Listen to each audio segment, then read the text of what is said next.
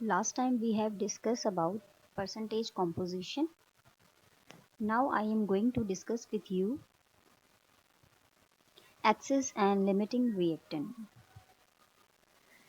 जब भी हमारे पास कोई केमिकल रिएक्शन होता है तो उसमें दो या दो से ज़्यादा रिएक्टेंट पार्टिसिपेट करते हैं और उनकी पार्टिसिपेशन के रिजल्ट में, उनके रिएक्शन करने के रिजल्ट में हमारे पास कोई प्रोडक्ट बनता है। किसी भी केमिकल रिएक्शन में अगर दो या दो से ज़्यादा रिएक्टेंट हैं तो एक एक्सिस रिएक्टेंट होता है और दूसरा लिमिटिंग रिएक्टेंट। तो आज हम ये देखेंगे कि एक्सिस रिएक्टेंट किस रिएक्टेंट को कहा जाता है और लिमिटिंग रिएक्टेंट किस रिएक्टेंट को कहा जाता है। First of all I am going to discuss with you limiting reactant. Produce the least amount of product consume completely in a chemical reaction. मतलब केमिकल रिएक्शन में जो लिमिटिंग रिएक्टेंट होता है वो least number of moles produce करता है product के। Limiting reactant means form limited amount of a product. वो रिएक्टेंट किसी भी केमिकल रिएक्शन का जो कि less number of moles produce करे, least number of moles produce करे, उसे हम लोग कहते हैं लिमिटिंग रिएक्टेंट। और लिमिटिंग रिएक्टेंट अपने आप को कंज्यूम कर लेता है completely in a chemical reaction. अब हम देखेंगे excess reactant. Produce higher amount of a product left unused और unreacted after completion of reaction. Limiting reactant में हम लोगों ने देखा कि वो कंप्लीटली कंज्यूम हो जाता है किसी भी केमिकल रिएक्शन में और least number of moles produce करता है प्रोडक्ट के। लेकिन एक्सिस रिएक्टेंट हमारे पास वो रिएक्टेंट है जो कि ज़्यादा number of mole higher amount of a product को प्रोड्यूस करेगा। ज़्यादा नंबर ऑफ मोल्स बनाने के बावजूद भी उसकी कुछ ना कुछ कोई ना कोई अमाउंट जो है वो अनयूज्ड अनरिएक्टेड रह जाएगी। This type of reactant is called excess reactant. आपके पास page number 12 book of national foundation Islamabad, आपके टेक्स्ट बुक पे पेज नंबर 12 पे एक एग्जाम्पल मेंशन है। मैं हाईलाइट कर देती हूँ। Hydrogen react with oxygen and form H2O। अब यहाँ पर आपको रिएक्टेंट साइड पे दो तरह के रिएक्टेंट नज़र आ रहे हैं। एक रिएक्टेंट है हाइड्रोजन और दूसरा रिएक्टेंट है ऑक्सीजन।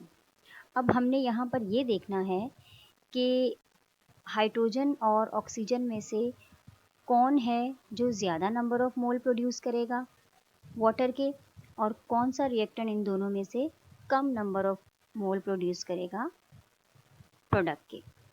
मतलब हाइड्रोजन और ऑक्सीजन में से कौन एक्सिस रिएक्टेंट है और कौन लिमिटिंग रिएक्टेंट है वो हम देखेंगे। और ये एग्जाम्पल आपके लिए बहुत इम्पॉर्टेंट है क्योंकि ये काफ़ी बार आपके एग्ज़ाम में आ चुकी है, प्री बोर्ड में भी आ चुकी है, तो आपको इसे बहुत अच्छे से देखना है। अब जो आपके पास पेज नंबर 12 पे गिवन है हाइड्रोजन और ऑक्सीजन के मोल, अगर हम according to balance chemical equation देखें तो 2 मोल्स आपको हाइड्रोजन के नज़र आ रहे हैं, 1 मोल ऑक्सीजन का नज़र आ रहा है और 2 मोल H2O के नज़र आ रहे हैं। और जो हमें गिवन है क्वेश्चन में वो है 10 moles of hydrogen, 7 moles of oxygen produce how many moles of water molecule. मतलब आपको क्या करना है इस एग्जाम्पल में, आइडेंटिफाई लिमिटिंग रिएक्टेंट। और आपसे सिर्फ लिमिटिंग रिएक्टेंट का पूछा गया है, लेकिन आप लोगों को लिमिटिंग और एक्सिस दोनों रिएक्टेंट का इस एग्जाम्पल से पता चल सकता है।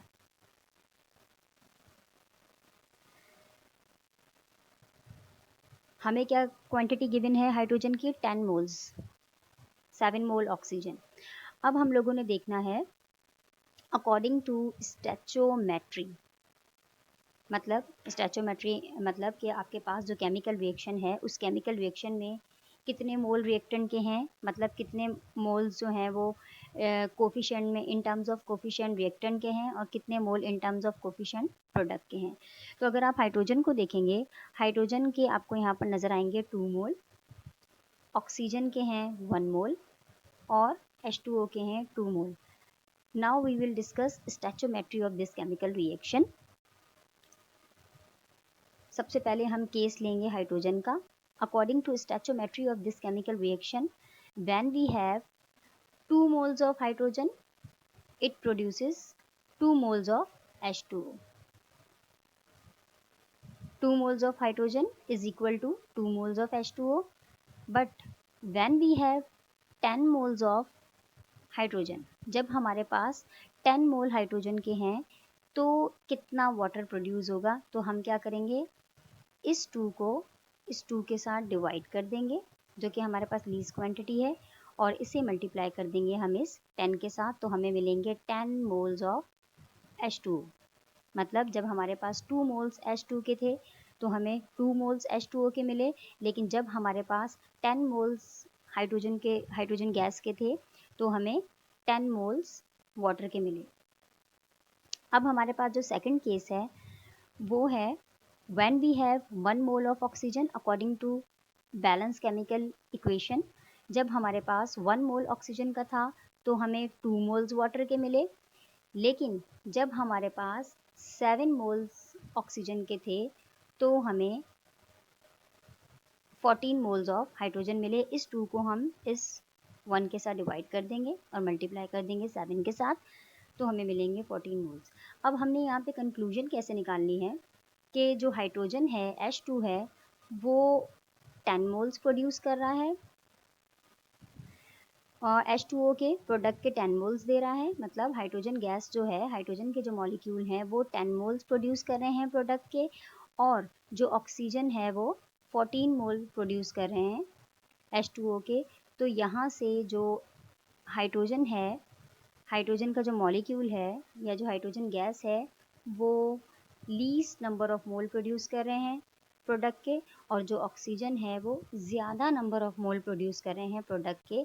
तो यहाँ पर H2 gives the least number of moles of H2O, that is 10 moles. So hydrogen is the limiting reactant.